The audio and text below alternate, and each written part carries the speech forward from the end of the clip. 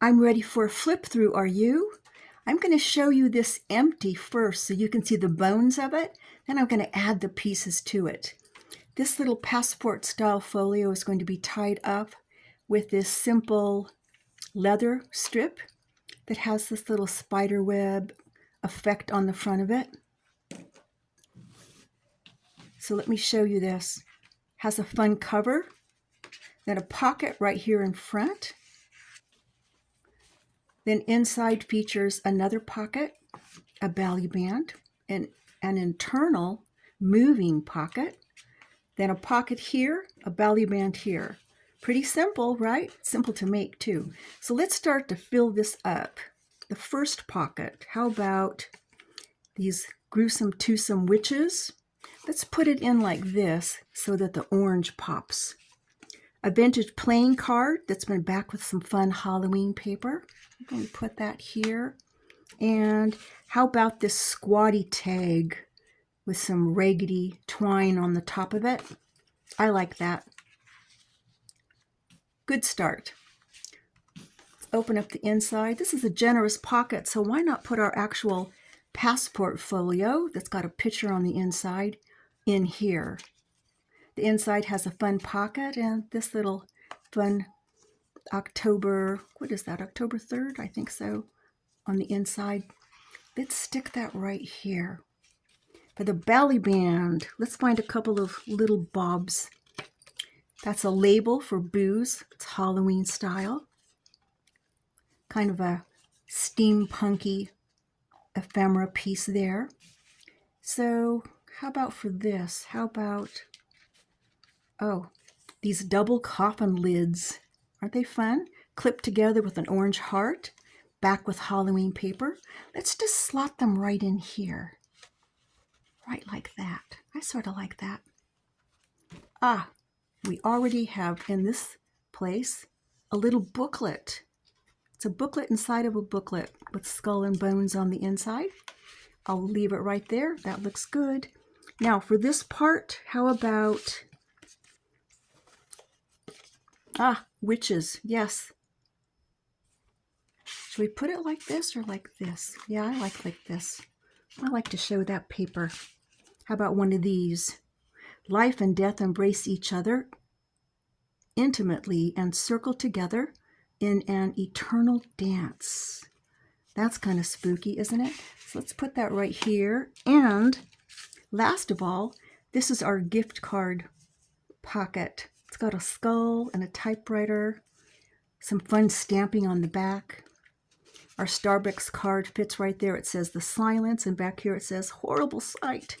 Let's put that right in the center. Is that a good place for it? Yeah, maybe in the center. I like that. So let's close it up. Sweet, right? Okay. If you want to see how it's made, the construction zone follows immediately after this. Thanks for letting me share. Hey, welcome to the construction zone. You've just seen the finished Halloween passport, so I want to show you the scraps that I actually used to start with. Look at that. I found them in my scrapbooking case, and they definitely were used previously on something. I love those spiders on the back. Skulls, and this is definitely steampunk theme, but I picked it because I love the colors. Also in this one and this one, lots of nice oranges in there. I found in my stash some little bits and bobs, a little ghoul spiders and stuff. I'll want to use those. Lucky enough to still have some gift cards left over and lots of this stuff. I don't know how I'm going to use it, but I'll find a way. We'll use it. So next up, I'm going to be telling you the dimensions of the base itself so we can get that cut. Okay, it's time to show you the measurements. But first, a little coffee in my boo cup. So good. Okay, from all those scraps, I decided on this steampunky paper. I love the bats in it. Yeah, it's fun. Substantial cardstock. This is the reverse side. I'm going to use the busier side. And this base is 7 inches by 12 inches. So for the front pocket, there's a strip that is 2 inches by 7 inches. And again, this is such a great project for using up your scraps. For the inner pockets, they're going to connect on the inside, as you saw in the flip through. 2 pieces. They don't have to match. 4 inches by 7 inches. And as you can see, these don't match. I haven't decided which parts I'm going to use. And then the element, that's the passport itself. This is 7 inches by 4.5. And I've already cut out a square there for the photo. Not sure if that's going to be a witch or me or what. We'll figure out something. It's going to fold in half like that to become that little booklet. And then I wanted to put some acetate or something in here. And as luck would have it, my car insurance, is that lucky? No, maybe not. Bill came yesterday, and I love to reuse or recycle things. And so I'm going to use this. I love the noise that makes. Yeah, I love it when something I'm making has that noisy element to it, right? So next we're going to be scoring this base and these 2 pieces so they fit in well. So scoring's pretty easy too. This is our base, and the scoring for the base is going to be at 4.5 inches and 9 inches. So what you need to determine is which part of this is the bottom. The bottom on mine is the largest part, and the top here is the smallest part. See that? So here's the top. So put your hand on the top so you can remember where that is. That's going to be the smallest part. That's going to be the 9 inch.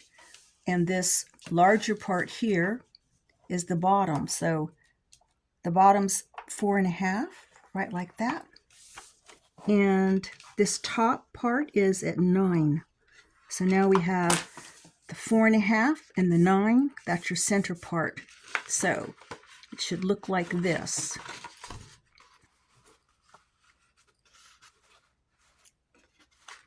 Right? Cool. What I'm going to do is go in and actually add, it's kind of busy here to see that. Let me show you here. I'm going to add right here just a little gusset, maybe like 1/4 of an inch. So I'm going to put another score here next to, I'm showing you it upside down. This is the big score. This is the 4.5. So I'm going to put another little line right next to the 4.5 this way. Just another little one, so I get a little 1/4 inch gusset. I'll do the same thing here to get a little 1/4 inch gusset. So that'll give me some room in case some of my inside goodies get a little thick, right? So for the inner parts, these are the inner pockets, you just fold them in half lengthwise, right like that, and score. Kind of have to look at it to see in the card what part you want to show. I think for me, I'm going to want the spiders to show and the skeletons to show, which means that these are the 2 parts here inside that are going to kiss and get glued in. I'm going to glue mine in. I'm also going to sew them in. Yeah. I'll show you that in a moment. So I went to my sewing machine and did lots of fun stitching all around the edges, mostly zigzags. I love zigzags. Left the threads hanging until I decide if I want to tie them off or what. Aren't those fun? Ditto on the pockets. Shows it more here. And on this piece of scrap, I just did a zigzag down the center of it. I'm going to add this as a decorative feature in places. Not sure where, but we'll figure that out. So regarding those getting sewn in, let me turn it around the right way for you. I darkened the gusset here with ink so that you could see it. You might be able to see on the outside. There's that 1/4 of an inch gusset. There's another one. And I'm showing you that because it's important for glue down. Normally, for glue down with these two pockets. They're joined like this. This is the pocket in the center, right? So it's glued together on the sides, and then the whole shebang is glued down. Just under here, under here, under here, under here, and maybe along the inside. And that allows it to fold up nicely. But because I have that gusset, I have to make an allowance for that. So this is going to be glued down above the gusset line. See that gusset in there, that little channel? It's going to be glued above that. And then this is going to be cut in half so that this part gets glued as the backside to that center pocket. And then this, which is separate then, is going to be glued down just by putting glue under here, and under here, and glued into place below that gusset line. You see that? That way, this pocket and that pocket stay away from that gusset line so that when the whole shebang closes up, there's no bunching, okay? So you'll see that better after I glue it. It's time to do some gluing. I took this piece and cut it in half as discussed so that one part will be glued below the gusset and the other part will be attached right here, forming that inside pocket. And then this gets glued down above that gusset, right? So this goes above, this goes below. Am I going to show you the gluing? Nah, you take a nap. I've got this covered. Did you have a nice nap? Huh? Are you rested? So here's what I did. Glued on the bottom pocket and the top pocket so that we have our center pocket. Isn't that cute? And I let you get a couple of winks more so I could put the front pocket on. Isn't that sweet? So I want to pay attention to our little, what is this? Like the passport booklet itself. Folded it in half. And then I printed this out. This is just my, what would you call that? It's kind of like my Facebook avatar. It's what I'm supposed to look like, but I haven't looked like that since like 2009 because I let my hair go gray. And so I added a spider and a web, and I think it'll fit okay under that window. And also, I cut this off of that envelope. I still need to right size it so it will be under like that, and then the picture will go like that. Yeah, haven't figured out what's going to go inside. Maybe a pocket of some type. Yeah, so that's in the works. And you know, this project is all about using up my scraps so I don't have to throw them away. So I want to use these coffins, but rather than just stamp up the backs, let's put a backing on them. So I'm going to take this scrap and just, for instance, glue this down right like that. Just glue it down, then cut around it so that when I'm done, this is the backing. That'll be fun. I'll do the same thing for this, maybe on a different kind of paper. And then I love to add some vintage elements to whatever it is I make. And I go to the craft malls and the antique malls, and I find vintage items like these 1950s cards. I was looking in the deck for a 13 or a 31 because I thought, you know, October 31st, Friday the 13th.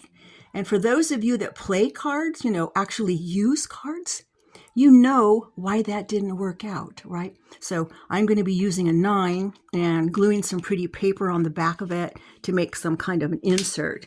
And then the next thing up is to make some kind of a sleeve for the gift card, right? Yeah, so that's on the horizon. Okay, I found some more ephemera in my stash. The question is always, am I going to use it? And sometimes you have pieces left over in your stash for a reason. There's a reason why you didn't use them the first time around. So I was looking at these closely, and this one says, death is a must of philosophy. Not exactly cheery, huh? Here's one. Work is both a cure and a consolation in life's disappointments. Oh, don't be carried away by joy, nor overwhelmed by worry. Well, that's sensible. That one's not bad. Uh-oh, uh-oh. Life and death embrace each other intimately and circle together in an eternal dance. That is dark. I'm not ready for that one. Oh, this one speaks to me. He who has himself made a great fool has no right to criticize. Yeah, that's true. So what I'm thinking is, in order to use these, I will glue them together so they're back to back.